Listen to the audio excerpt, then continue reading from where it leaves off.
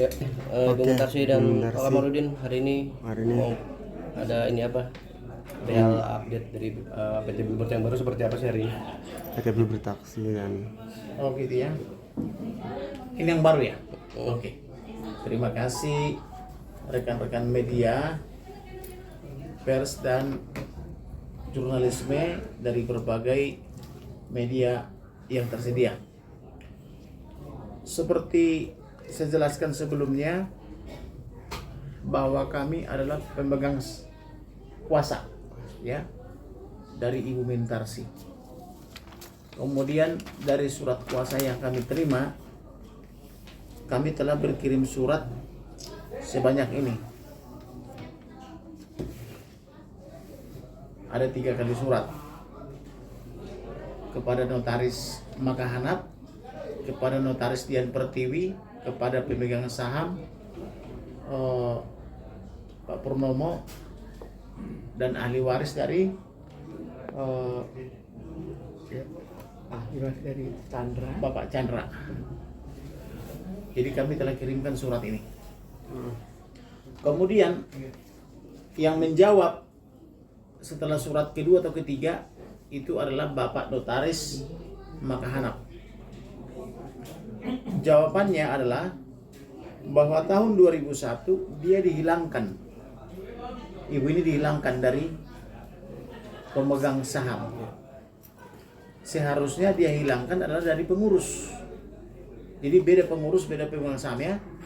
Karena ibu ini adalah wakil direktur di CV Lestiani dan di PT Di Bluebird. PT Bluebird Taksi saya Iya. sebagai direktur.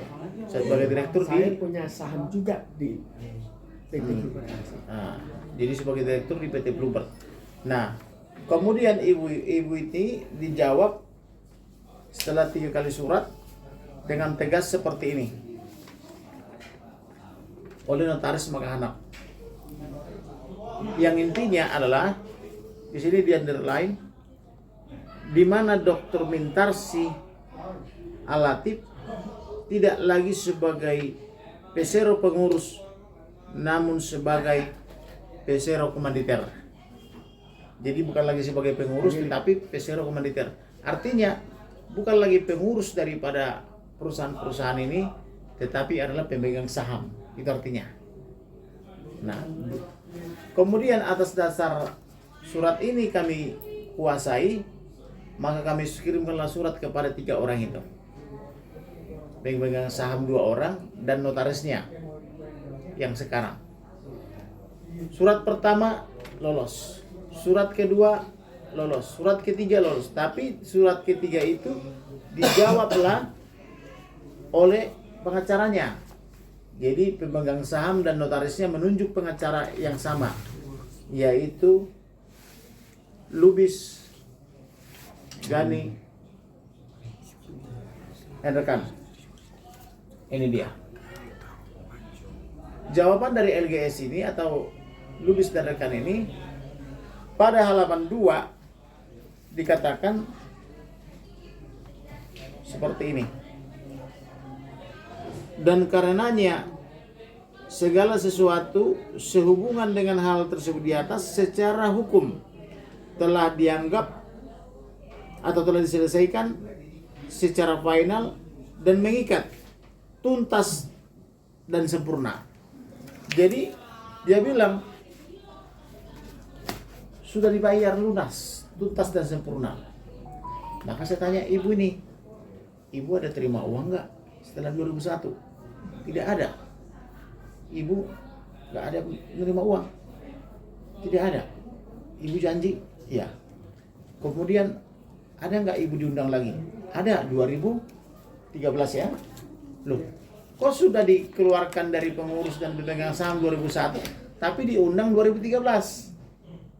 Kan aneh. Kan sudah tidak pemegang saham, tapi 2013 dia diundang, dimasukkan ke kamar gelap. Ya. Dimasukkan ibu ini ke kamar gelap. Kemudian atas dasar ini karena pengacaranya tidak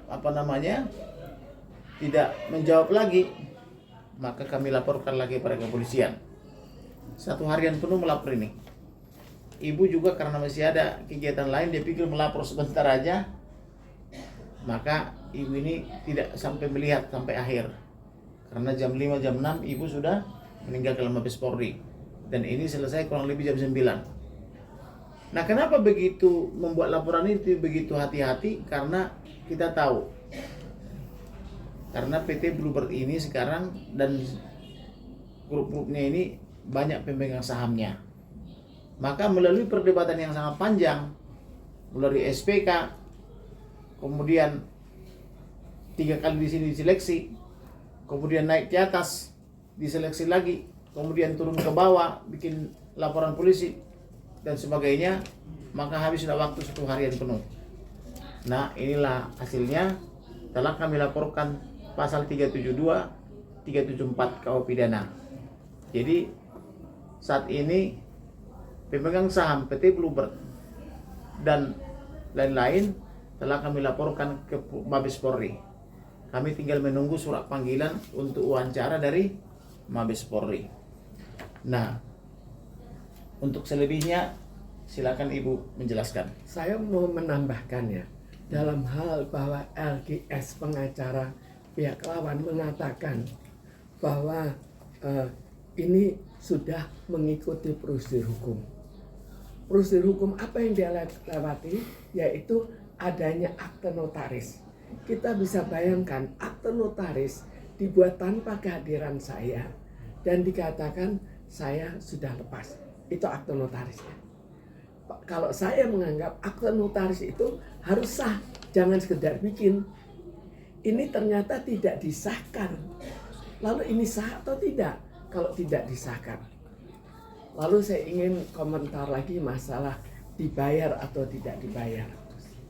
Kalau masalah dibayarnya, dulu pada saat gugatan perkara ini juga di Pengadilan Negeri Jakarta Pusat itu disebutkan saya sudah dibayar. Saya mengundurkan diri sebagai pengurus tahun 2001. Katanya dibayar 1999. Kok lucu 2 tahun sebelumnya sudah dibayar? Saya belum rencana keluar kok sudah dibayar. Itu lucu. Lalu kita lihat lagi. Saksinya adalah sekretarisnya. Sekretarisnya mengatakan gini, kenapa kok dibayar? Karena Ibu Wintarsih menteror terus. Jadi akhirnya dia menelpon Purnomo untuk bayar. Terus langsung dibayar. Kok begitu hebat? Langsung bisa tahu nilainya berapa? Jadi ini kan sesuatu yang tidak masuk akal karena dalam jual beli saham itu kan ada negosiasi harga. Tapi di situ mereka menulis kita sudah membayar dengan nilai yang jauh lebih besar dari sebenarnya. Apa namanya nilai jauh lebih besar? Kalau saya nilai jauh lebih kecil, tapi kok itu dianggap jauh lebih besar, tetap tidak sah karena harus ada negosiasi. Undang pasal-pasalnya ada bahwa harus dibicarakan bersama. Memang secara umum kita tahu jual beli kan harus dengan negosiasi kan, bukan ditentukan sepihak. Dan ini yang terjadi. Jadi akhirnya tetap tidak disahkan oleh Pengadilan Negeri Jakarta Pusat yang harus menginventarisir semua permasalahan perubahan dari CV. Bu, tapi Berarti pembayaran itu tidak ada di tahun Tidak sebelumnya? pernah ada. Bayangkan 2 tahun sebelumnya, mana mungkin sih kok mereka jadi tukang ramal begitu hebat dan bagaimana mungkin belum merencanakan kok sudah dibayar. Bayarannya pun dengan prosedur yang terlalu aneh. Kan sudah ketahuan anehnya dan jelas Pengadilan Negeri Jakarta Pusat waktu itu tidak mau menerima itu sebagai fakta. Tapi mereka juga menyebutkan nilainya di tahun sebelumnya. Mereka sebutkan nilainya jadi relatif kecil. 15% nilainya hanya 2M. Dari total Kecil. sebetulnya Ya itu keseluruhannya. besar sekali. Tapi kan jadi mereka akhirnya bikin, oh nilainya sekian. Kok bisa menentukan sendiri? Dan yang dibayar itu adalah pembayaran untuk perusahaan-perusahaan lain atau pemegang saham lain. Dan sementara kalau pembayaran saham itu biasanya di belakang. Jadi ada mundur misalnya, baru dibayarkan kemudian. Tetapi ini 2 tahun sebelum telah dibayar katanya gitu loh. Tapi itu tidak 2 diterima tahun oleh sebelum pengadilan. dibayar. 2 Itu, tahun sebelum itu dibayar. adalah berbohong. Ya. Jadi 2 tahun sebelum saya menyatakan mundur, itu pun mundur sebagai pengurus. Kok dibayar? Bayarnya juga lucu. Anaknya membayar ke suami saya dan ke anak saya. Kenapa nggak ke saya? Kan yang memiliki itu saya. Paling nggak harus ada persetujuan. Jadi terlalu banyak aneh dan ternyata pengadilan negeri juga tidak menyetujui itu sebagai bukti pembayaran. Bu, perihal pelengseran nama ibu dari PT ya, sama pengeluaran dari hak waris itu berarti dilakukan secara sepihak dari sana ibu ya? Semua sifatnya sepihak. Jadi dari akta-akta itu saya tidak pernah dilibatkan, tidak pernah diundang. Saya kan pemilik, kok nggak diundang untuk mengatakan milik saya serahkan secara gratis? Kan lucu. Apa mungkin saya serahkan begitu saja secara gratis? Dan sebetulnya kalau mau kita ikuti, banyak peraturan pasal-pasal yang tidak dipenuhi. Cuma ini jadi melebar sekali, karena itu pada suatu hari saya akan menyebutkan lika-liku mereka, bagaimana menyusup dari satu ke yang lain sampai bisa lepas. Bukan ada rapat umum pemegang saham Bu ya, kalau dalam sebuah perusahaan besar ya Bang, seperti itu. Di tahun 99 Ibu masih ikut RUKM itu? Jadi PT Bluebird Taxi itu lain sendiri. Jadi dia sejak diadakan sebelum tahun 1995, pada saat undang-undang perseroan terbatas, dia tidak menyesuaikan. Jadi tidak terikat seperti kita itu.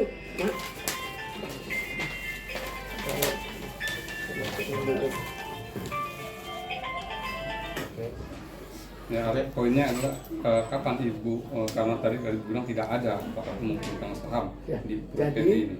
sejak tahun 1995 pertama kali disahkannya undang-undang perseroan terbatas itu adalah pada tahun 1995, dan sampai tahun 2013 tidak menyesuaikan, jadi tidak terikat pada undang-undang. Tapi kok lucunya perusahaan begitu besar kok nggak mau mendaftarkan, tidak mau menyesuaikan dengan undang-undang, kan itu juga aneh. Tapi lebih aneh lagi, bagaimana dia dengan identitas yang tidak sempurna bisa tetap berjalan. Itu perlu kita ikuti, ada apa. Jadi intinya itu segala sesuatu dilakukan dengan tidak sahnya PT Bluebird Taxi. Tapi kok tidak sah sebetulnya, jangan keluarkan izinnya.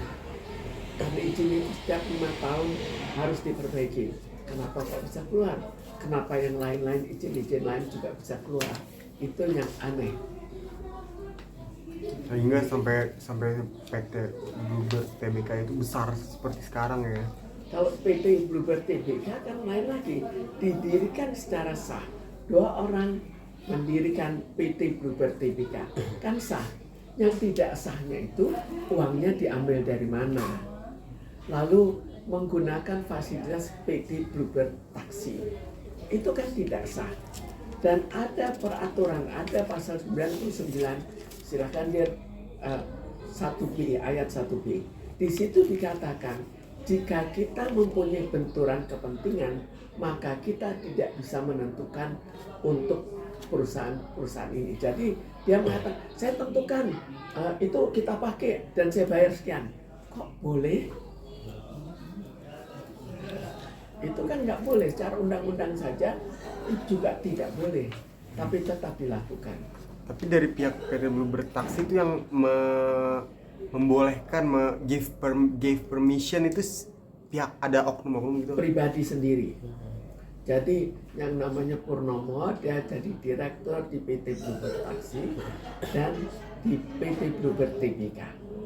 Saya sebetulnya tetap belum dilepas sebagai direktur PT Bluebird Taxi, tapi tidak diajak. Oh. Apa boleh? Untuk ini Bu, pelaporan kemarin ke Mabes Polri itu mungkin apa ada nama suami Nikita Mirzani juga terseret? Jadi Kita Willy. Nikita ini- suami Nikita Willy. tak ditulis DKK. Jadi artinya dan kawan-kawan semua yang terlibat nanti akan ditentukan apakah dia sudah terlibat pada tahap pertama atau nanti terlibat pada pencurian, kalau saya anggap mencuri ya, PT Bluebird Tbk. Bu, berarti estafet kepemilikan pemegang saham sampai menyeret nama suami Nikita Willy itu bermasalah semua ya menurut Ibu ya?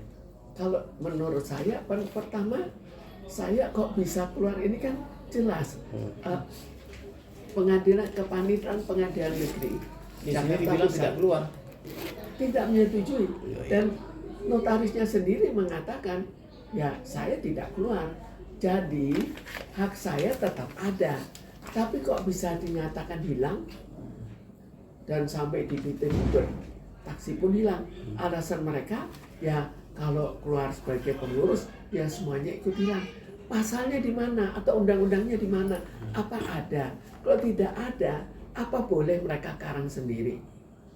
Artinya sejak tahun 2013 ya Bu ya, kalau tidak salah ya, udah tidak ada hak lagi sampai sekarang. 2001 sudah tidak ada hak. 2001.